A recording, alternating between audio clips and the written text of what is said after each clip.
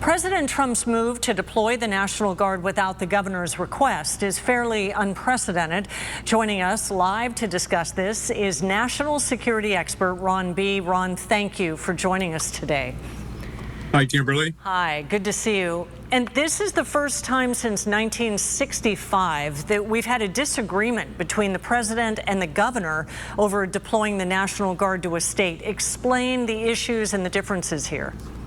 Well, in 1965, LBJ, President Johnson, sent the National Guard to Selma, Alabama, to enforce civil rights laws. There was a march there in Selma, a very famous march, that they anticipated violence happening against the peaceful protesters. The governor in Alabama at the time was George Wallace, whose motto was "Stand Up for America." Interesting.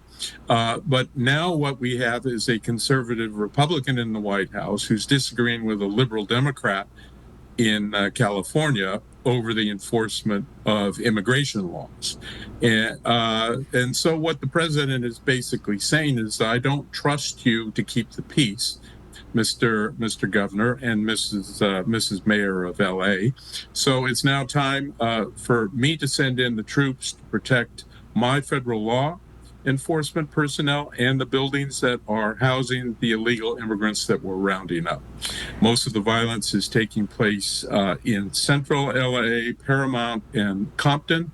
And so it's not unprecedented that the National Guard has gone into LA for riots. Remember, Rodney King in 1992 was the last time that this happened.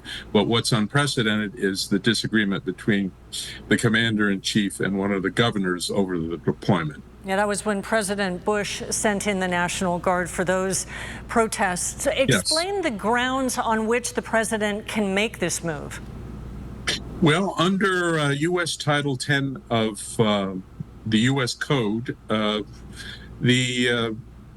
that's the code of the U.S. Armed Forces, the president can employ the National Guard to enforce federal authority and especially against insurrection or unlawful obstruction. And one could argue that obstructing federal agents from doing their job in LA and throwing rocks and bottles and setting cars on fire is doing exactly that. And I think that's what the president has invoked in this situation. And now that we know the president has activated military, let's just touch on the legal basis surrounding that and why the president legally can make that move with military as well as the National Guard. Well, there is, of course, a difference of opinion over this, especially states' rights versus federal rights. So the state of California, under Article 10 of the Constitution, has its rights, and the federal government has its rights over U.S. forces. And in fact, one could argue immigration is a federal issue. So in this case, I would think the courts would argue in favor of the president simply because federal law, when it comes to immigration, shall we say, trumps state law. Good way of putting it there. We want to just touch on, you clearly think this is a trust issue between the president and the governor of California. Well, clearly, we saw that during the fires in LA, that they disagreed on what to do and what should happen in terms of permitting, in terms of what you do with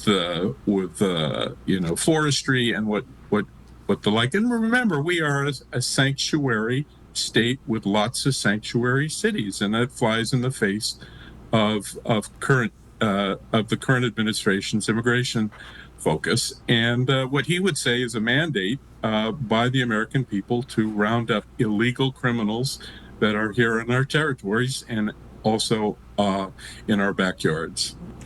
National security expert Ron B., always great to speak with you and get your expertise on these issues. We appreciate your time. Well, thanks for having me, and I have a feeling we'll be talking again soon. I hope so. Thank you, Ron. And you can stay on top of the latest developments with the LA protests on 10news.com and the free ABC 10 News mobile app.